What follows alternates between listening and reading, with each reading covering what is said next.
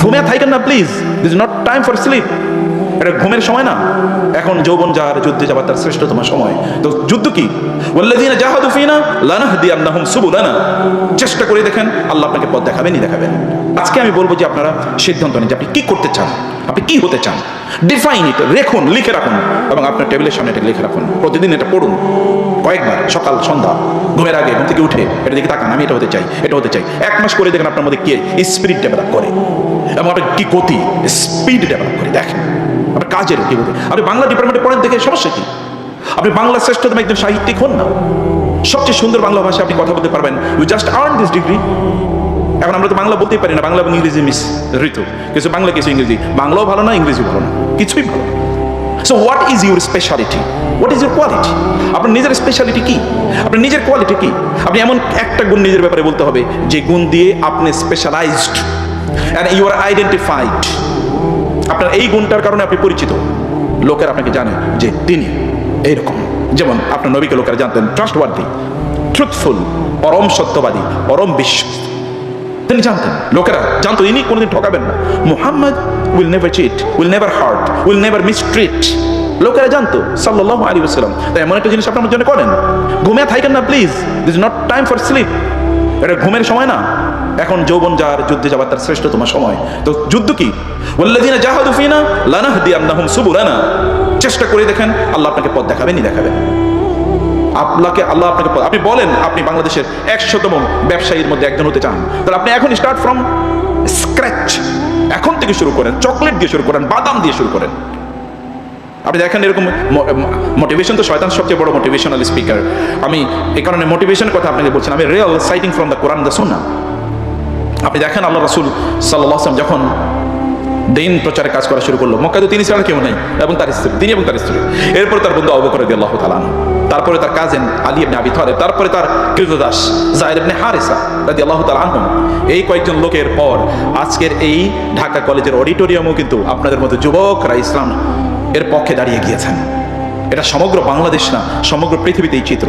এমন কোনো জায়গা পাবেন না যেখানে গিয়ে আপনি পাবেন না মিনার থেকে উচ্চারিত হয় আশহাদু আন্না মুহাম্মাদার রাসূলুল্লাহ। নামাজে আমরা বলি আশহাদু আল্লা ইলাহা ইল্লাল্লাহ ওয়া আন্না মুহাম্মাদান আবদুহু ওয়া রাসূলুহু। এমন কোনো মুহূর্ত নয় যখন উচ্চারিত হয় না। যখন তিনি একা শুরু করেছিলেন, এখন থেকে 1500 বছর আগে, 1450 বছর আগে, কে জানতো যে এইরকম একটা ঘটনা গোটা পৃথিবীতে ঘটবে, এমন একটা বিপ্লব গোটা পৃথিবীতে ঘটবে? কে জানতো? তাকে তো হত্যা করার জন্য তার পরিকল্পনা নিয়েছে। তায়েফের ময়দানে রক্তাক্ত দেহ পড়ে আছে, লোকেরা মনে করে তিনি মারা গিয়েছেন। এন্ড ইউ নো, ইভেন উহুদের ময়দানে তিনি মারা গিয়েছেন। It was spread, the news was spread and everyone, even Abu Bakr, Omar রাদিয়াল্লাহু তাআলা আনহুম, তারাও পর্যন্ত বিশ্বাস করেছে Muhammad is already martyred in the battlefield. রাসূল সাল্লাল্লাহু আলাইহি ওয়াসাল্লাম অলরেডি মারা গিয়েছেন, শাহাদাত বরণ করেছেন। এরকম ঘটনা সবাই বিশ্বাস করেছে পর্যন্ত। And you see this situation, start doing. যেই করেছে না কেন সেই কোত্থেকে শুরু করেছে, কোত্থেকে শুরু করেছে? মুদির দোকানদারও তো মোদি হয়ে গেছে নাকি? বুঝেন না আপনারা?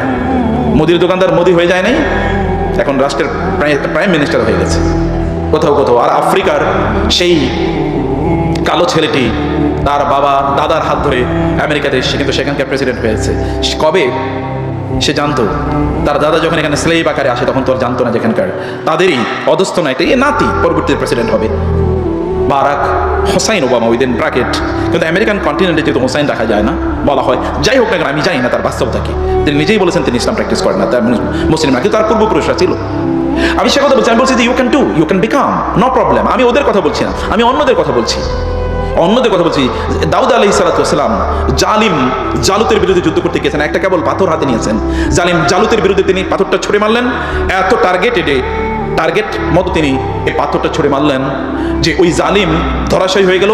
যেহেতু জালিম অর্থাৎ বাদশাহ বা প্রধানমন্ত্রী যদি পালিয়ে চলে যায় তাইলে আর থাকে কি? আর বাকিরা তো পালাতেই হবে নাকি? অতএব তখন সব পালিয়ে চলে গেছে, যুদ্ধের ময়দান সারিয়া সব পালিয়ে চলে গেছে। এই যদি পরিস্থিতি হয়, এরপরেই দাউদ আলাইহিস সালামকে মানে সমাজের লোকেরা এই তো আমাদের রিয়েল লিডার, এবং he has then become the prophet of the nation. এমন নবী হয়েছেন, তিনি যদি পাথরের মানে লোহার উপর হাত দিতেন তাহলে লোহা গলে যেত। এখন তো আপনাকে কি বিশাল ওই যে রোলিং মেলে লোহা নেওয়া লাগে এগুলোকে গলানোর জন্য, তিনি লোহার উপর হাত দিলে লোহা গলে যেত। আল্লাহ সুবহানাহু আলান্না লাহুল হাদিদ এবং ওয়াত-তায়রু মাহশুরা কুল্লুন লাহু আওয়াব। যখন তিনি তার উপর নাজিল হয়েছে জাবুর যখন তিনি পাঠ করতেন তখন মাছগুলো সমুদ্রের কিনারে চলে আসতো, পাখিগুলো এরকম ঝাঁক ধরে থাকতো তার জাবুর শোনার জন্য। Young man, unknown in the society, সমাজে কেউ চিনত না, হঠাৎ করে তার আবির্ভাব হয়েছে। আপনি যেই হন না কেন, আপনার আপনার কি লিনিয়েজ আছে তার দিকে আপনি তাকাবেন না। আপনি জানেন আবু জাহেলের ছেলে, আবু জাহেল এই উম্মার ফেরাউন, আবু জাহেলের ছেলের নাম কি জানেন? ইকরামা ইবনে আবি জাহল। মক্কা বিজয়ের সময় ইসলাম গ্রহণ করেছেন। এরপরে ওমর রাদিয়াল্লাহু তাআলা আনহু যুদ্ধে সময়ে, যখন আবু বকর রাদিয়াল্লাহু তাআলা আনহুর সময়ে যখন ইয়েদের বিরুদ্ধে যুদ্ধ হলো, মুরতাদদের বিরুদ্ধে যখন যুদ্ধ হচ্ছে, সেই যুদ্ধে তিনি সেনাপতির গুরুত্বপূর্ণ ভূমিকা তিনি পালন করেছেন। ওমর রাদিয়াল্লাহু তাআলা যুগের সময় যখন কাদিসিয়া অথবা বাইজান্টাইন এবং রোমানদের বিরুদ্ধে যুদ্ধ হয়, সেই সময় তিনি যুদ্ধে বিশাল ভূমিকা পালন করছেন এবং তিনি শাহাদাত বরণ করেছেন যুদ্ধের ময়দানে। অন্যকে প্রাধান্য দিতে আবু জাহেলের ছেলে, চিন্তা করা যায় কোনোদিন?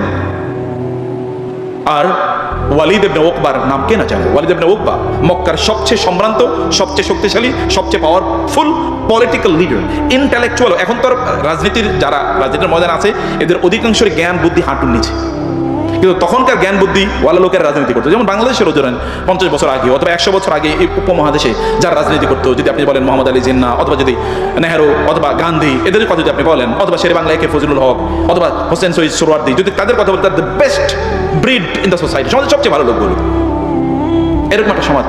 কিন্তু এখন আমরা দেখি দুর্বৃত্ত খারাপ লোকগুলো, তারা আপনি বাবা তুমি রাজনীতি করো না তো বাবা, এগুলো বাদ দাও, এমন একটা সময় ছিল। তো সমাজের সবচেয়ে শক্তিশালী, পাওয়ারফুল, ইন্টেলিজেন্ট ওয়ালিদ ইবনে উকবা, এবং তিনি যদি এমন সেলিব্রিটি ছিল, এমন বুদ্ধিজীবী ছিল, তিনি রাসূলের বিরুদ্ধে কোনো কথা বলে এটা দ্রুত চাউর হয়ে যেত। এবং আল্লাহ তাআলা বলেছেন, যারনি ওয়া মান খালাকতু ওয়াহিদা ওয়া জাআলতু লাহু মালাম মামদুদা ওয়া বানিনা শুহুদা ওয়া মাহাদতু লাহু তামহিদা সুম্মা ইয়াতমাউ আন আযীদ কাল্লা ইন্নাহু কানা বিআয়াতিনা আনিদা সাউরহিকুহু সাউদা ইন্নাহু ফাক্কার ওয়া কদ্দার। আল্লাহ বলেছেন সে ফিকিরওয়ালা, অর্থাৎ বুদ্ধিজীবী ছিল, এবং রাসূলের কথা শুনবে কিনা, রাসূলের কাছ থেকে শুনে এসে সে মেসমারাইজড, এত অসাধারণ কথা কোরআন শুনে গ্রহণ করবো, এরকম একটা ভাব। কিন্তু লোকেরা বলো আপনি আমাদের বুদ্ধিজীবী, আপনি আমাদের গুরু, গুরুই যদি এরকম মানে ইয়ে হয়ে যান, মানে এরকম আত্মসমর্পণ করে যান, তাহলে তো আমাদের সর্বনাশ, আমরা তো টিকে থাকতে পারবো না। তাহলে করতে হবে কি? আপনি বরং তার বিরোধিতা করলেন। এই ওয়ালিদ ইবনে উকবা, ওয়ালিদ ইবনে মুগীরা, এদের ঘরে জন্ম নিয়েছে খালিদ ইবনুল ওয়ালিদ। চিন্তা করে দেখেন তো, খালিদ ইবনুল ওয়ালিদ, যাকে আল্লাহ রাসূল সাইফুল্লাহ আল মাসলুল, আল্লাহ সুবহানাহু ওয়া তাআলা এর উন্মুক্ত তলোয়ার বলে ঘোষণা করেছেন। প্রায় 100 যুদ্ধ করেছেন, কোন যুদ্ধে একবারও তিনি পরাজিত হন নাই, সব যুদ্ধে বিজয়ী, কি ইসলামের পক্ষে কি ইসলামের বিপক্ষে। এবং কার ঘরে জন্ম নিয়েছে? ইসলামের সবচেয়ে বড় শত্রুর ঘরে জন্ম নিয়েছে খালিদ ইবনুল ওয়ালিদ। এবং জানেন খালিদ ইবনুল ওয়ালিদ যখন মারা যান, ইন্তেকাল করেন, তিনি তার বিছানায় তিনি ইন্তেকাল করছেন। এর মধ্যে শত যুদ্ধ তিনি করে ফেলেছেন ইসলামের পক্ষে। যেখানে গিয়েছেন খালিদ ইবনুল ওয়ালিদ, তার বিপরীতে 1 লক্ষ সৈন্য মাঠে আছে, আরো 1 লক্ষ সৈন্য আছে রাস্তায়, তারা অংশগ্রহণ করবে। তিনি মাত্র 3000 সৈন্য নিয়ে গিয়েছেন। 3000 সৈন্য নিয়ে ওদেরকে পরাজিত করে তারপরে মদিনায় তিনি ফিরে এসেছেন। সত্য 2 লক্ষ, তিনি মাত্র 3000, মানে আপনি প্রায় দ্বিগুণের চেয়ে বেশি, প্রায় আপনার কি মানে 200 গুণ, প্রায় যদি এরকম একটা অবস্থা, প্রায় 100 গুণ প্রায় এরকম একটা অবস্থায়, প্রায় 100 গুণ এরকম সৈন্যদেরকে পরাজিত করে তারপরে তিনি চলে এসেছেন মদিনা। এবং তিনি তার বিছানায় তিনি মারা যাচ্ছেন, তিনি তার জামাটা খুলে দেখালেন, দেখো তো আমার শরীরে এমন কোনো জায়গা আছে কিনা যেখানে তলোয়ারের চিহ্ন নাই, তলোয়ারের আঘাতের অথবা তীরের আঘাতের অথবা বর্ষার আঘাতের, এমন কোনো জায়গা আছে? না, কোনো জায়গা নেই, সব জায়গায় ক্ষত। আমি কি প্রাণান্তকরভাবে চেষ্টা করেছিলাম যুদ্ধের মধ্যে আমি মারা যাবো, আমি শহীদ হবো, আমার কি চেষ্টা ছিল, কি আগ্রহ ছিল, কি আকাঙ্ক্ষা ছিল, কিন্তু দেখো আমি আমার এই বিছানায় মারা যাচ্ছি, অথচ যুদ্ধ করে আমার জীবনটা কাটিয়ে দিয়েছে। কেউ এক জিনিস আপনাকে বললেন, ইয়াস, আপনাকে মনে নেই আল্লাহ রাসূল আপনাকে সাইফুল্লাহ আল মাসলুল বলেছে, আপনি কেন মন খারাপ করছেন? আপনি কি জানেন না যে ব্যক্তি শাহাদাতের তামান্না করে তিনি যদি তার বিছানায় মারা যায়, তাহলে আল্লাহ তাআলা তাকে শাহাদাতের মর্যাদা প্রদান করবেন। এরপরে তিনি মারা গেলেন। মদিনায় নারীরা কান্নার রোল, কারণ প্রত্যেকটা নারী স্বপ্ন দেখতো তার ঘরে যদি একটা খালিদ ইবনুল ওয়ালিদ জন্ম নিত। যখন তিনি মারা যান, মদিনায় কান্নার রোল পড়ে যায়। ওমর রাদিয়াল্লাহু তাআলা তখন খলিফা, আমিরুল মুমিনিন, লোকে এসে বলে আমিরুল মুমিনিন, মহিলারা কাঁদতেছে, আমরা বাইরে থেকে কান্নার শব্দ শুনছি, আপনি কিছু বলবেন না? এভাবে কান্না করে তো নিষিদ্ধ। ওমর রাদিয়াল্লাহু তাআলা ঘর থেকে বের হবেন, এমন সময় তিনি দেখলেন তার ঘর থেকেও কান্না বের হচ্ছে। ওমর বলে কাঁদে কে? বলে হাফসা হচ্ছেন রাসূল সাল্লাল্লাহু আলাইহি ওয়াসাল্লামের স্ত্রী, ওমর রাদিয়াল্লাহু মেয়ে। হাফসা কাঁদছে এবং হাফসা কাঁদছে, ওয়া খালেদা, হায় খালেদ বলে কাঁদছে। ওমর রাদিয়াল্লাহু বসে পড়লেন, তিনিও কান্না শুরু করে দিলেন। তিনি বলেন, হাফসারা যদি খালেদের জন্য কাঁদে, তাহলে গোটা মুসলিম উম্মাই খালেদের জন্য কাঁদা উচিত। আমি এই কান্না থেকে মানুষকে থামাতে পারবো না, কাঁদাই উচিত, এটা খালেদের জন্য কাঁদা উচিত। তা আপনারা তো এই বয়সে আছেন, আপনি কেন একজন খালেদ হবেন না? কেন হবেন না? আপনার সেই শক্তি কি নাই? তাহলে আগ্রহটা এখানে নাই, অথবা ডেস্টিনেশন আপনাদের কাছে ক্লিয়ার না, আপনাদের কাছে মূল গন্তব্য স্পষ্ট না, গন্তব্যের কথা আমাদেরকে কেউ বলে না, আমাদেরকে কেউ জানায় না, শোনায় না যে আমি কি করব, কি হতে চাই, হওয়া দরকার কি, সেই স্বপ্নগুলো আমাদেরকে দেখায় না কেউ। খুবই আনফর্চুনেটলি আমরা ভিন্ন একটা গ্রহে বসবাস করছি। ভাইরা, আমার ছোট ভাইরা, তোমরা আমার ছাত্রের ছাত্র, আমার ছাত্র এক ইউনিভার্সিটির প্রফেসর, কোথাও কোথাও তার ভাইস চ্যান্সেলর হয়ে গেছে। যদি আমি একেবারে যখন আমি শিক্ষকতা শুরু করি তখন আমার ছাত্ররাও আমাকে এসে মাঝে মাঝে তুমি করে বলতো, মনে করতো যে মনে হচ্ছে যেন উনি তো আমাদেরই এখানকার একজন, তুমি কোন ক্লাসে পড়ো, কোন সেমিস্টারে পড়ো। তো আমি বলছি যে আপনাদেরকে, আপনারা অনুগ্রহ করে, আপনাদেরকে সম্মান করছি, আমি ভালোবাসি আপনাদেরকে, কারণ আপনাদের হাতে উম্মার ভবিষ্যৎ। আপনি জেগে উঠলে এই উম্মাকে কেউ দমিয়ে রাখতে পারবে না, এবং আপনাদেরকে দমিয়ে রাখার জন্য গোটা পৃথিবীর সকল আয়োজন জানেন, আপনাদেরকে দমিয়ে রাখার জন্য, আপনি যেন জেগে না ওঠেন, এই কারণে সকল আয়োজন, গোটা পৃথিবীর সব কিছু। আপনার ঘুমিয়ে থাকবেন না প্লিজ। আমাদের কবি তো এই কথা বলে গিয়েছেন, তোমার ছেলে জাগলে মাঘো রাত পোহাবে তবে। মা, তোমার ছেলে জাগলে তুমি আমাকে কেন ঘুম পাড়িয়ে রাখছো, কেন ঘুমিয়ে থাকতে বলছো তুমি? আমি জাগলে তো রাত পোহাবে। গোটা উম্মার উপর রাত জেগে এসছে, দেখেন না আপনারা? গোটা মানবতার উপর যা রাত জেগে উঠেছে, দেখেন না আপনারা? আপনাকে জেগে উঠতে হবে পজিটিভলি, তার জন্য নিজকে তৈরি করতে হবে, এবং নিজের তৈরি করার জন্য 1 নম্বর ধাপ হলো ফোকাস। আপনি কি করতে চান তা নির্ধারণ করুন। আপনি যা হতে চান, positive, to become something positive. আপনি টাকা পয়সার মালিক হতে চান, আমার কোনো আপত্তি নেই, আপনি একজন সুলাইমান হন আলাইহিস সালাম, এবং তিনি আল্লাহকে বলেছেন, আল্লাহ তুমি আমাকে এমন রাজত্ব দাও, লা ইয়ামবাগি লিআহাদিন মিন বাদি, এমন রাজত্ব আর কাউকে দেবেন না, আপনি আমাকে এমন রাজত্ব দেন। এবং আল্লাহ কি রাজত্ব দিয়েছেন? জিনদেরকে আল্লাহ সুবহানাহু ওয়া তাআলা সুলাইমান আলাইহিস সালাম চাকর বানিয়ে দিয়েছেন। জিনরা তার কি করতো? বান্নাই ওয়া গাওয়াস, তার জন্য বিশাল অট্টালিকা নির্মাণ করতো, প্রাসাদ নির্মাণ করতো, বিল্ডিং নির্মাণ করতো, ওয়াগাওয়াস, এবং সমুদ্রে ডুব দিয়ে সেখান থেকে মণিমুক্তা আহরণ করে নিয়ে আসতো জিনরা তার জন্য। আর জিনরা তার জন্য কি ফার্মার হিসেবে, কৃষক হিসেবে কাজ করতো। এমন অবস্থা আল্লাহ তাআলা সুলাইমান আলাইহিস সালাম করেছেন। আপনারা সেটা করতে পারেন, নো প্রবলেম, কিছু একটা আপনি করুন। আপনি অথবা আপনি জুলকারনাইনের কথা একবার চিন্তা করে দেখেন, একবার সর্বপশ্চিমে গিয়েছেন, সর্বপূর্বে গিয়েছেন, মেডল জায়গায় গিয়েছেন, এবং ইয়াজুজ মাজুজের মতো এই ভয়ঙ্কর বিধ্বংসী বাহিনীকে ঠেকিয়ে দেওয়ার জন্য দেয়াল নির্মাণ করে দিয়েছেন না তিনি? সূরা কাহফে আপনারা পড়েছেন। আপনি তেমন হন, সমস্যা কি? সারা পৃথিবী চষে বেরিয়েছেন, গোটা পৃথিবী কন্ট্রোল করবেন। মোহাম্মদ বিন কাসেম যখন এই অঞ্চলে আসে, আপনাদের চেয়ে বয়স কম, 18 বছর বয়স। মোগল সাম্রাজ্য এর পূর্বে, মোগল সাম্রাজ্য বাবররা যখন এখানে আসে, বাবরদের বয়স কত? আচ্ছা, ইখতিয়ারউদ্দিন মোহাম্মদ বিন বখতিয়ার খলজি যখন এই বাংলায় আসে, নদিয়াতে আসে, তার বয়স কত ছিল? আপনার বয়সী, আপনাদের বয়সী। তো আপনাদের তো এটা তো বিজয়ের বয়স, এটা তো ঘুমিয়ে কাটানোর বয়স না, এটা তো ফেসবুক দেখার বয়স না, এটা তো ইউটিউব দেখার বয়স না, এটা তো কোনো একটা মেয়েকে দেখার পর ওইদিকে তাকে এরপরে আর্টফেল করে পড়ে গেলেন, এর বয়স না। আপনি কেমন তা করবেন? আপনি তো তার চেয়ে অনেক ঊর্ধ্বে, অনেক বড়, অনেক কিছু, আপনার অনেক কিছু করার আছে। এই জাতির প্রতি, মায়েদের প্রতি, বাবাদের প্রতি, প্রতিষ্ঠানের প্রতি, অন্যদের প্রতি দেখান যে ইউ ক্যান ডু সামথিং, আপনি কিছু একটা করতে পারেন। সে কারণে আপনাকে ফোকাসটা ঠিক করে প্লিজ, এবং এনার্জি এখানে দেন। এইটা সিদ্ধান্ত নিয়েছেন আপনি এটা হবেন, আপনি এই কলেজের সবচেয়ে ভালো ছাত্র হন না, আপনার ব্যাচে আপনার চেয়ে ভালো কোনো ছাত্র নাই, বাংলা আপনার চেয়ে ভালো কেউ জানে না, আপনি বাংলা সাহিত্যের ওস্তাদ হয়ে গেছেন, আপনি হন।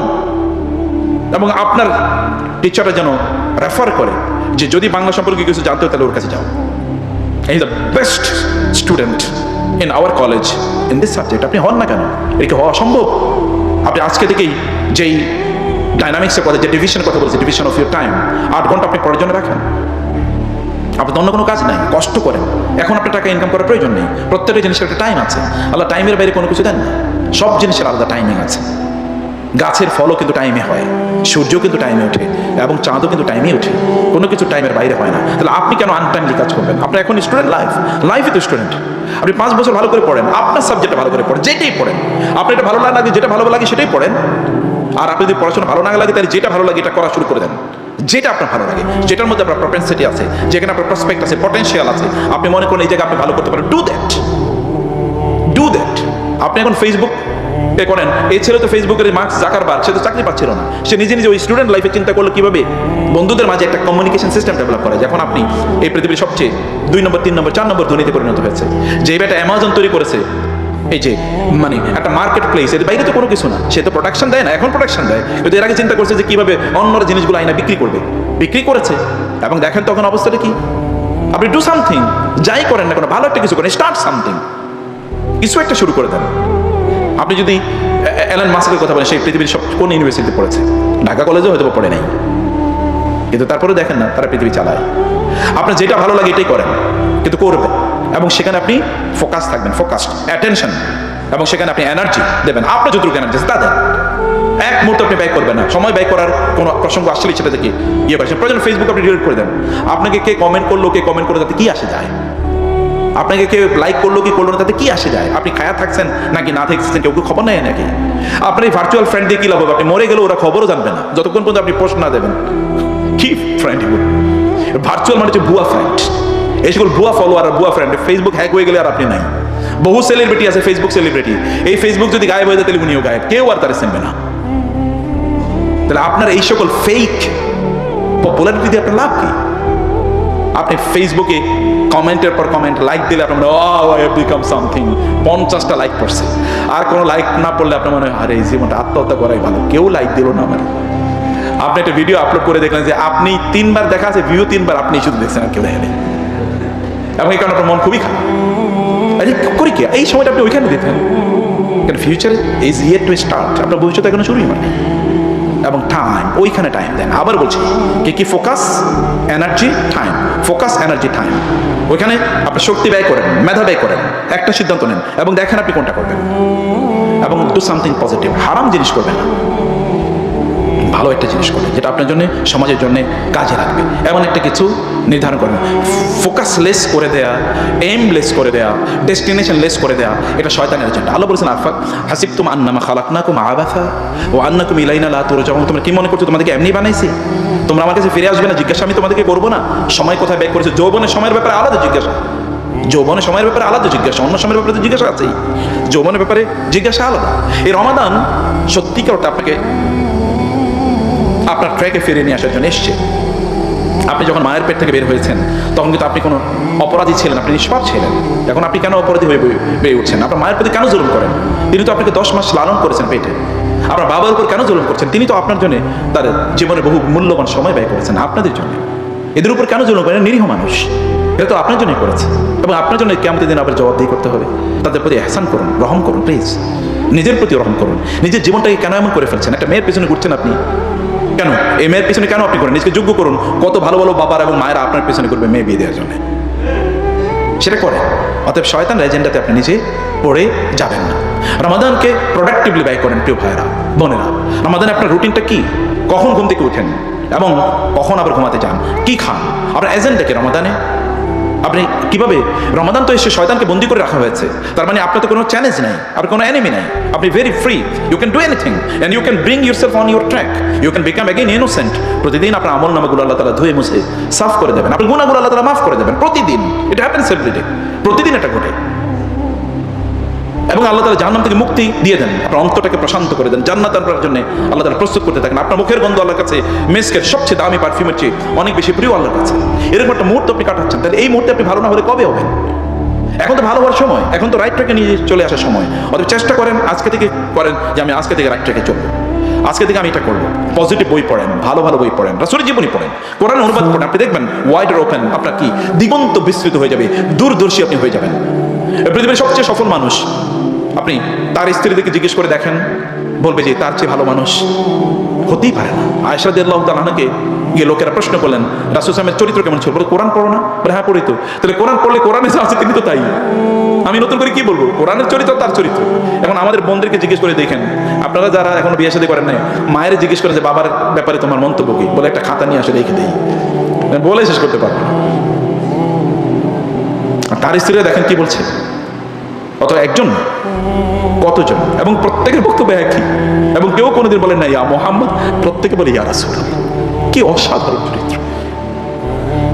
বন্ধু হিসাবে, শত্রু হিসাবে, রাষ্ট্রনায়ক হিসাবে, যুদ্ধের সেনাপতি হিসাবে, অর্থনীতিবিদ হিসাবে, রাজনীতিবিদ হিসাবে, সমাজবিদ হিসাবে, ফাদার হিসাবে, এমনকি ব্রাদার হিসাবে, নেফিও হিসাবে, কোন অবস্থা আপনি দেখবেন, লিডার হিসাবে, ফলোয়ার হিসাবে, কোন জায়গায় নাই তিনি।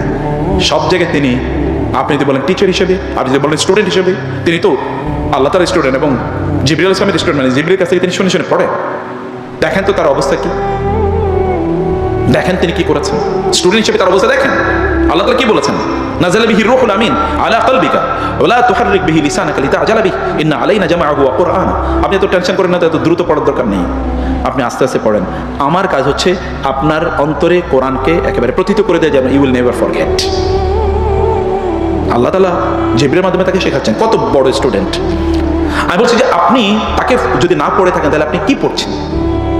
Wasting your life. আপনি জীবনকে আপনি ড্যামেজিং ইউর ফিউচার। আপনি তার জীবনী পড়েই দেখেন, কোন জীবনী পড়বেন এটা বলার দরকার নেই, যেটা পান সেটি পড়েন, অথেন্টিক যে কোনো একটা বই পড়েন এবং পড়ে আপনি তার মতো হতে চান, তার একটা কাজ করেন, এবং এটাই বারাকা। আপনি জানেন আল্লাহ রাসূলকে অনুসরণের মধ্যে বারাকা আছে, ফুল অফ বারাকা। আপনি তাকে অনুসরণ করে, একটা কাজে অনুসরণ করে দেখবেন আপনি সফলতা কিভাবে পান, কারণ তার সকল কাজ পরীক্ষিতভাবে, এগুলো সফল মানুষদের কাজ। আপনার মানে 7 habits of highly productive or effective leaders, এটা পড়ার দরকার নেই, কারণ তার জীবনে আছে এই সকল ট্রেটস, কোয়ালিটিস, এগুলো সব তার মধ্যে আছে।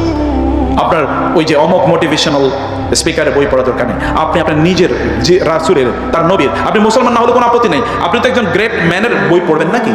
একজন গ্রেট ম্যানের বই পড়েন, তার যে গ্রেটেস্ট ম্যান, অমুসলিমরা নির্বিশেষে সবাই, মহাত্মা গান্ধী থেকে শুরু করে আমাদের হুমায়ুন আহমেদ পর্যন্ত, কে তার ব্যাপারে বলে নেই? এমন কে আছে তার ব্যাপারে বলে নেই? এভরিওয়ান, পোয়েটস এবং ফিলোসোফার, সায়েন্টিস্ট, পলিটিক্যাল লিডার, সবাই তার ব্যাপারে বলেছে।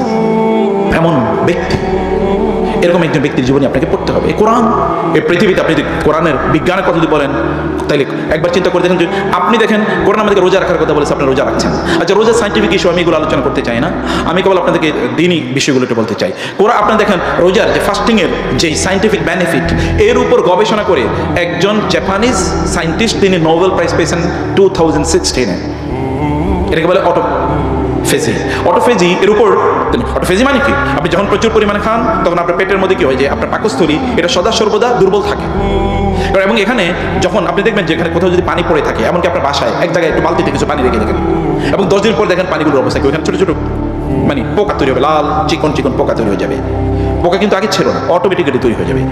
সেতে জায়গায় বিভিন্ন ধরনের রোগ জীবাণু তৈরি হয়, এই কারণে শুকনা রাখতে হয়। তিনি বলেছেন আমাদের পাকস্থলী যদি এরকম খাদ্য দিয়ে সবসময় ভর্তি থাকে, এটা কি থাকে, স্বেচ্ছায় থাকার কারণে আমাদের কিছু সেল, যে সেলগুলো খাদ্যকে মানে হজম করবে, ডাইজেস্ট করবে, এগুলো ক্যান্সারের মানে জার্মের মধ্যে তৈরি হয়, এবং এগুলো ক্যান্সারের মানে উপাদানের মধ্যে তৈরি হয়ে থাকে, এবং এখান থেকে ক্যান্সার ছড়িয়ে পড়ে। অর্থাৎ যদি আমরা আমাদের পাকস্থলীকে খাদ্য না দিয়ে রাখি, ফাস্টিং যদি করি আমরা, তাহলে কি হয়, আমাদের ওই যেই সেলগুলো এর মধ্যে ক্যান্সারাস, এগুলো তো দুর্বল, এগুলো তখন আরো দুর্বল হয়ে যায়। তখন শক্তিশালী যে সেলগুলো, যেগুলোকে এখনো সাউন্ড, এখনো ডিজিজ না, মানে রোগের কারণে ইল না, সিক না, ওগুলো তখন খাদ্যের জন্য ওই যে দুর্বল সেলগুলোকে খেয়ে ফেলে। ফলে এটি হচ্ছে ডাস্টবিন, অথবা এটি হচ্ছে রিসাইকেল, এটি হচ্ছে বিন, আমাদের পেটের মধ্যে পাকস্থলীতে একটা বিন তৈরি করে রোজা। এবং তিনি বলছেন রোজা রাখবেন। পৃথিবীর সকল ডাক্তারদের কাছে গিয়ে দেখেন, তারা আপনাকে ডায়েট কন্ট্রোলের কথা বলে, আপনি এটা খাবেন, এটা খাবেন, এটা খাবেন, এটা খাবেন না, কারণ খাওয়া হচ্ছে আপনার জন্য ক্ষতি করে। ফুড ইজ মানে পয়জন, ইনফ্যাক্ট খাদ্যটা এক ধরনের বিষ। আপনি নিউট্রিশনিস্ট যারা আছে তাদের কাছে গিয়ে দেখেন যে তারা আপনাকে কি খেতে বলে যে খাবার কন্ট্রোল করেন। মানে আপনি কেন খাচ্ছেন, তো কি কারণ?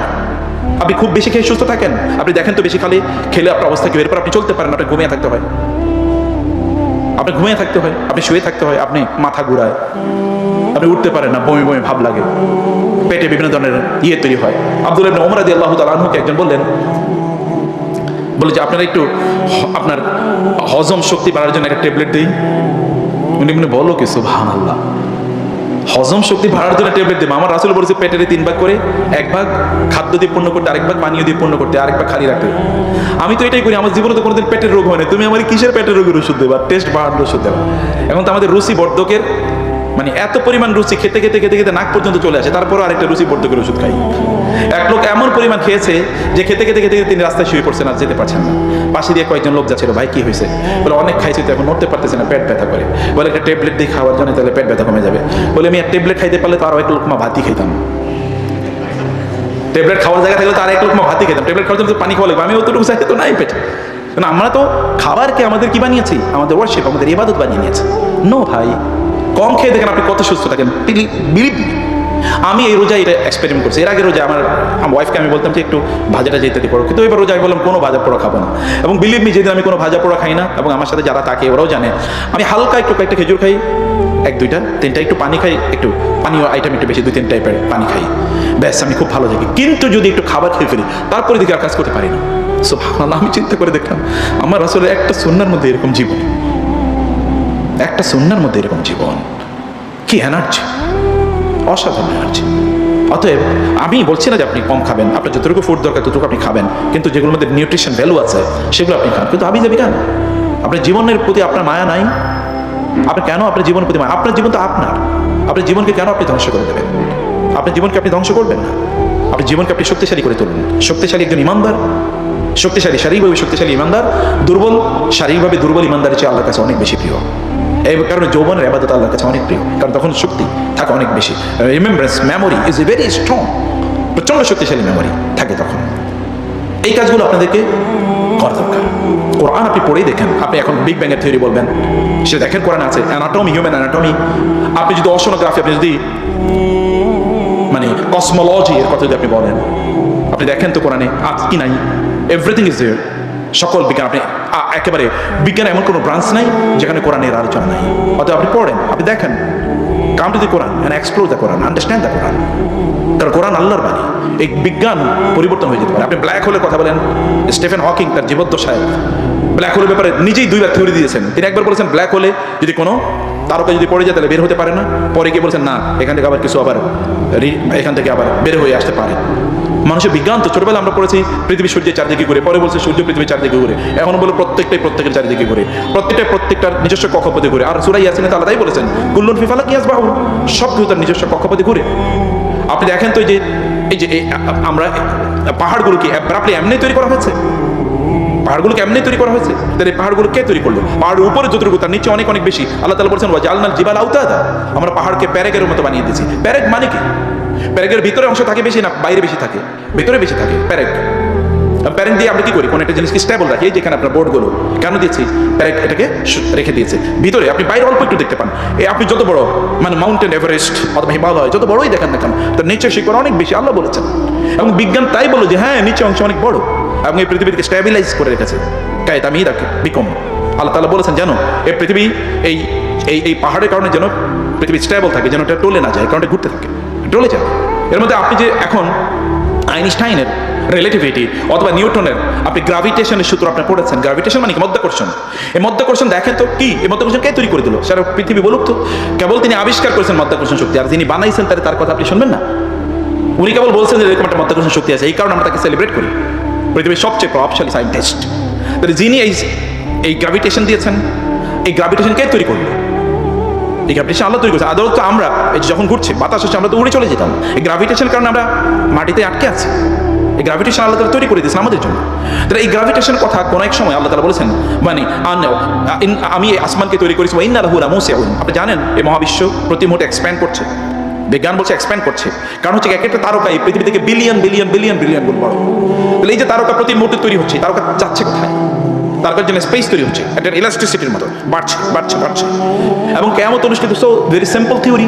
যখন আল্লাহ সুবহানাহু ওয়া তাআলা এই গ্রাভিটেশন তুলে নেবেন, ইলাস্ট্রিসিটি তুলে নেবেন, তখন কি হবে? তখন একটা আরেকটার সাথে এরকম বাড়ি খাবে। বাড়ি খাওয়া মানে হচ্ছে কিয়ামত অনুষ্ঠিত হতো। ইজাস সামাউন শাক্কাত ওয়া ইজাস কাওয়াকিবুন তাসারাত ইজাস সামাউন ফাতারাত ওয়া ইজাল জিবালু, মানে এই যে আল্লাহ তাআলা বলেছেন মানে এরকম সূর্য চাঁদ তারকা নক্ষত্র সব খসে পড়বে। তাই তো বাস্তবতা একটা ভেরি ইজি ফর্মুলা। এবং আল্লাহ 1500 বছর আগে এই কথা বলেছেন, তখন তো আর নাসা ছিল না। তাহলে আপনি কোরআনের কাছে আসলে বিলকুল পাবেন। আপনি কোরআনের কাছে আসতে হবে, কোরআনকে আপনার পড়তে হবে, কোরআনের মাধ্যমে আপনার নিজেকে তৈরি করতে হবে। এমনকি আছে মেঘমালা কিভাবে তৈরি হয়, বৃষ্টি কিভাবে আসে দেখেন না কোরআনে। সূরাতুন নূরে আল্লাহ তাআলা বলেছেন আলাম তারা, তুমি কি দেখোনি আন্নাল্লাহু ইউজি সাহাবান সুম্মা ইউআল্লিফু বাইনাহু সুম্মা ইয়াজআলুহু রুকামা। এই যে আল্লাহ তাআলা বলেছেন যে আমি কিভাবে স্ট্যাকিং, আগে সমুদ্র থেকে বাষ্পীয় আকারে আমি পানি তুলে নেই, এগুলো বাষ্প আকারে তখন ছোট ছোট কণিক বৃষ্টির বা পানির কণিক আকারে বাতাস দিয়ে আমি এগুলোকে ধাবিয়ে নিয়ে যাই। আল্লাহ বলছেন ইউজি সাহাবান। এরপর এগুলো কি হয়? একত্রিত হয়, এই একটা ছোট ছোট কণিক একত্রিত হয়। আল্লাহ তাআলা বলছেন সুম্মা ইয়ারকামুহু বাইনাহুম ইয়ারকামুহু। আল্লাহ তাআলা বলেছেন ইউআল্লিফু বাইনাহু, আল্লাহ তাআলা এগুলোকে একত্রিত করেন। এরপর সুম্মা ইয়ারকামুহু, এরপর আল্লাহ তাআলা এগুলোকে স্ট্যাকিং করেন। এই যে বৃষ্টির কণাগুলো একটা একটার সাথে এরকম মধ্যে থাকে, এরকম উপরের দিকে থাকতে, এবং উপরের দিকে যখন যায় তখন অ্যাটমসফিয়ারে একটু যখন উপরের দিকে যায় ওই জায়গাটা যখন ওইখানকার টেম্পারেচার যখন একটু বেশি হয় তখন কি হয়? এগুলো তখন বৃষ্টি আকারে পড়তে থাকে। আল্লাহ বলেছেন। এখন আমরা 1400 বছর পরে বললাম ও বৃষ্টি তো এভাবেই হয়, এবং আপনি বলেন ওয়াও কি চমৎকার সায়েন্টিফিক থিওরি। আর বিজ্ঞানের পোকা আপনার মধ্যে ঢুকছে এখন, আর আপনি আল্লাহরে মানেন না। বিজ্ঞান অনেক বড় বিজ্ঞানী আপনি হয়ে গেছেন। তো বিজ্ঞানের স্রষ্টা তো তিনি। আপনি আয়েশা কোরআনে দেখেন ওই বিজ্ঞানের কথা বলা আছে কিনা। আপনি বলবেন এতদিন মুসলমানদের কেন বললো না? আপনি মুসলমানদের পড়া জিনিস তো পড়েন নাই, আপনি বলেন তো বিজ্ঞানের যত থিওরি আছে সকল থিওরি কারা আবিষ্কার করেছে? জেরো ছাড়া আপনি কম্পিউটার সায়েন্স চলে? 1 এবং 0, জিরো শব্দটাই তো মুসলমানদের। জেরো এটা আরবিতে বলা হয় সেফর, সেফরকে ল্যাটিনে নিয়ে গেছে সেফরা, সেফরাতে হয়ে গেছে জেফরা, জেফরা থেকে হয়ে গেছে জেরো। এটা মুসলমানদের সব বর্ণটা পর্যন্ত, সংখ্যাটা পর্যন্ত মুসলমানদের। যদি ল্যাটিন ওয়ার্ড যদি লেখা হতো ML X, X মানে 10, এটা আপনাদের V মানে হচ্ছে 5, তাহলে আপনি দেখেন তো 1 কোটি, 1 কোটি কিভাবে লিখতেন? আবিষ্কার মুসলমানরা জেরো আবিষ্কার না করলে চলে কেমনে? বিজ্ঞানে তো চলে। আমরা এখন দেখি যে আপনার এই যে এই প্লেনে আমরা যাচ্ছি, প্লেনের মহান প্রথম আবিষ্কার করেছে সোয়েল ট্যুর, সোয়েল ব্রাদার্স, 2 ভাই, তাদের নাম ছিল সোয়েল সোয়াইল, তারা এটা আবিষ্কার করেছে। আপনি কিমিয়া যেটাকে বলা হয় কেমিস্ট্রি, কেমিস্ট্রি শব্দটাই মুসলমানদের। আপনি যদি ফিজিক্স বলেন পুরোটা মুসলমানদের আবিষ্কার। এখন থেকে আইজাক নিউটনরা যে কথা বলেছে তার 450 বছর আগে মুসলমানরা বলেছে। কলম্বাস ডিসকভার্ড আমেরিকা, কলম্বাসকে নিয়ে যিনি গিয়েছেন তিনি হচ্ছেন একজন মুসলিম নাবিক, এবং কলম্বাস যে ম্যাপ নিয়ে গিয়েছেন ওই ম্যাপটা মুসলমানরা তৈরি করেছে। কলম্বাস ওইখানে যাওয়ার প্রায় 477 বছর আগে মুসলমানরা ওইখানে গিয়ে তারা ব্যবসা করতো। তা আমাদের এই গল্প তো আপনাকে জানতে হবে সে ঘটনা কি। মেডিকেল সায়েন্স মুসলমানদের পুরোটা মুসলমানদের তৈরি।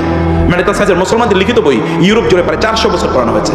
ইউরোপে যখন এই যে ইউনিভার্সিটি হবে, ইউনিভার্সিটিগুলো কাদের আদরে তৈরি? আপনি যদি এমনকি আপনি ইউরোপের, বিশেষ করে আপনি যদি ব্রিটেনের বাড়িগুলোর দিকে তাকান তাহলে দেখবেন ওদের বিল্ডিংগুলো সব আলহামরা। আপনি এখনই সার্চ করেন, আপনি আলহামরা, যেটা এখন থেকে 1200 বছর আগের কথা আমি বলছি, সেই কর্ডোবা ভিত্তিক মুসলমানদের যে সাম্রাজ্য ছিল ইউরোপে, সে কর্ডোবাতে তাদের যে আলহামরা যে প্রাসাদ, দেখেন আলহামরা প্রাসাদের এক্স্যাক্টলি নমুনা হচ্ছে ইউরোপের বিল্ডিংগুলো। ওইখান থেকে আর্কিটেকচার নেওয়া হয়েছে, আর্কিটেকচারও মুসলমানদের। তাহলে আপনার তো পূর্বপুরুষের পৃথিবীর নেতা, এই পৃথিবীর মালিক তারা ছিলেন, এবং এই পৃথিবীর লিডার তারা ছিলেন। কি পলিটিক্যাল, কি ইকোনমিক, কি আপনার ইন্টালেকচুয়াল, সব জায়গা থেকেই একাডেমিক বইগুলো সব মুসলমানদের তৈরি। ইউনিভার্সিটিতে যে পড়তে পারে মুসলমানদের আবিষ্কার। যখন কর্ডোবাতে প্রায় আপনার 78টা ইউনিভার্সিটি আছে যেখানে মুসলিম, খ্রিস্টান, হিন্দুরা, মানে মুসলিম, খ্রিস্টান এবং ইহুদিরা একসাথে বসে পড়ে এবং একই সাবজেক্ট তারা পড়ে, তখন ইউরোপে কোনো ইউনিভার্সিটি ছিল না। দেখেন তো পৃথিবীর প্রথম ইউনিভার্সিটি কোথায় হয়েছে? মরক্কোতে প্রথম ইউনিভার্সিটি, আলজেরিয়া প্রথম ইউনিভার্সিটি, আপনি দেখেন মিশরের প্রথম ইউনিভার্সিটি। এগুলো এই হার্ভার্ড তো বহুত পরে কথা, অক্সফোর্ড বহুত পরে, 1200 খ্রিস্টাব্দের ইউনিভার্সিটি। কিন্তু তার আগে মুসলমানরা গোটা পৃথিবী চালায়। যখন মুসলমানরা আকাশ নিয়ে গবেষণা করে তখন ইউরোপিয়ানরা মারামারি করে ঈসা আলাইহিস সালাম কি মানুষ নাকি তিনি আল্লাহর সন্তান, এটা নিয়ে তারা গবেষণা মারামারি করে এবং তারা মারামারি করে তারা মরে। তখন মুসলমানরা মহাকাশ নিয়ে গবেষণা করে। আপনি তো সেই প্রজাতি, সেই জাতির আপনি সন্তান, তাহলে আপনি কেন হীনমন্যতা, আপনি কেন মানে ইনফেরিয়রিটি কমপ্লেক্সে কেন আপনি ভুগবেন? আপনাকে বুঝতে হবে যে আপনি বিশাল এক সম্প্রদায়ের প্রতিনিধিত্ব আপনি করছেন। সেই বীজ আপনার মধ্যে আছে, সে রক্ত আপনার মধ্যে আছে। এই রক্তটাকে আপনার ধারণ করা লাগবে, এটাকে ফিল করতে হবে। তাই এলি কেবল আপনি এই উম্মার জন্য, নিজের জন্য কিছু করতে পারবেন। ভাইরা এবং বোনেরা আমার, আমি লাস্ট 2-3 মিনিটে আচ্ছা কয়েকটি কথা বলে আমি আপনি শেষ করে দিচ্ছি। তা হলো আপনাদের যেই জায়গায় আপনি কাজ করতে super excellence, super excellent, Sabikun সবচেয়ে ভালো, এই জায়গায় আপনি সবচেয়ে ভালো, আপনি নিজেকে ভালো মানুষ হিসেবে তৈরি করেন, ভালো কিছু গুণ আপনি অর্জন করেন, ভালো বন্ধু তৈরি করেন। খারাপ যে জায়গাগুলো আছে ওগুলো থেকে নিজকে অ্যাভয়েড করেন। খারাপ কাজ করা খুবই সহজ, ভালো কাজ করা খুবই কঠিন। খারাপ কাজ তো যে কোনো ব্যক্তি করতে পারে, তার জন্য কোনো যোগ্যতা লাগে না। ভালো কাজ করার জন্য যোগ্যতা লাগে। কিছু যোগ্যতা অর্জন করেন, পিতামাতার প্রতি ihsan করেন, শিক্ষকদের প্রতি, শিক্ষিকাদের প্রতি ihsan করেন, নিজের প্রতি সবচেয়ে বড় হলো ihsan করেন। আপনার দুনিয়াও দেশ শেষ করে দিচ্ছেন, আখেরাতে শেষ করে দিচ্ছেন। আপনি আপনার নিজকে কেন আপনি ড্যামেজ করে দেবেন? আপনি তো হিউজ শক্তি, সম্ভাবনা নিয়ে আপনি তৈরি হয়েছেন। এবং এই জন্য কী করতে হবে জানেন? আপনি ভালো মানুষ হতে হলে ইসলাম ছাড়া কোনো উপায় নাই, ইসলাম ছাড়া কোনো উপায় নাই। নজরকে হেফাজত করেন, দৃষ্টিকে হেফাজত করেন, চোখকে হেফাজত করেন, তাইলে আপনি ব্যক্তি, পুরুষ মানুষ একজন মহিলার দেখলাম এরপরে একেবারে প্রায় শুয়ে করছি, এরকম একটা ভাব, এটা আবার কেমন পুরুষ হইল? এটা তো রাস্তার ওই সাধারণ মানুষের মতো। আমি বলবে যে এই ছেলেটা আমার এলাকায় থাকে। আপনার এলাকার কয়জন লোক আপনাকে চেনে? এলাকার সাথে আপনি ইনভলভ কিনা? এলাকার ভালো কাজে আপনি আছেন কিনা?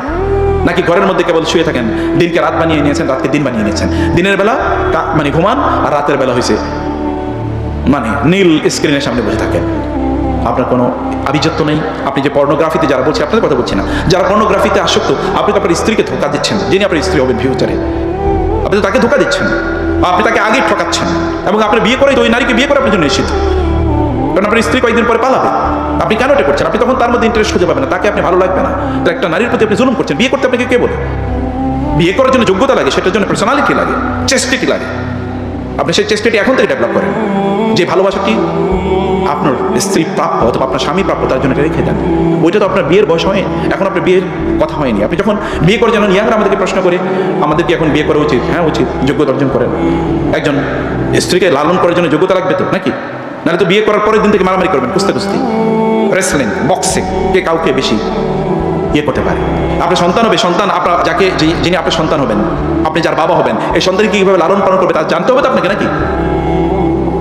সন্তান এর বাবা মা হওয়ার জন্য তো যোগ্যতা লাগে, বাবা মা হওয়ার জন্য যোগ্যতা লাগে। আদারওয়াইজ পাগলিরাও তো মা হয়। শুধু সন্তান জন্ম দেয় কোনো যোগ্যতার বিষয় না, ফাদার হওয়ার জন্য যোগ্যতা লাগে, মাদার হওয়ার জন্য যোগ্যতা লাগে। তাহলে রাস্তার পাগল এবং পাগলিরাও তার বাবা মা হয়। অথবা এটা তো আপনাকে জানতে হবে, এটা আপনি অর্জন করেন আগে। How to become good father, how to become good husband, how to become good wife, এটা আগে জানেন, তারপরে আপনি বিয়ে করেন। আপনি স্ত্রীকে আপনি সুন্দর করে রাখার জন্য, স্বামীকে সন্তুষ্ট করার জন্য আপনাকে জানতে হবে না, সেই জ্ঞানটা আপনি অর্জন করেন। গুড হিউম্যান বিং হন, ভালো মানুষ হন, আপনার পিতামাতার সাথে ভালো আচরণ করেন। পিতামাতার সাথে আপনি মানে এমন আচরণ করবেন না যে আপনি যে যুবক হয়েছেন, যুবতী হয়েছেন, এটা পিতামাতাকে ধমক দিয়ে আপনি বুঝিয়ে দেন আপনি কিছু একটা হয়ে গেছেন। বাবা মার সাথে কণ্ঠ নিচু করে কথা বলাটাই হলো যোগ্যতা। তারপরে পিতামাতা দোয়া করে। আদারওয়াইজ আপনি দেখাই দিলেন আমি বড় একটা হয়ে গেছি, এটা আপনার দুনিয়াও শেষ, আখিরাতও শেষ। পিতামাতার দিকে নিচু স্বরে তাকিয়ে কথা বলা, ঘরে ঢুকে তার কপালে চুমো দেয়া, পিতামাতার হাত পাগুলো টিপিয়ে দেয়া, তাদেরকে সন্তুষ্ট রাখা, আপনার দিকে তাকালে বলবে আহা আল্লাহ তুমি আমাকে এরকম একটা ভালো সন্তান দিয়েছো। এই পিতামাতার জন্য এই এহসান করেন, তারা তো এটা প্রাপ্য। আপনি এটা না করলে আপনার সন্তান কি করবে?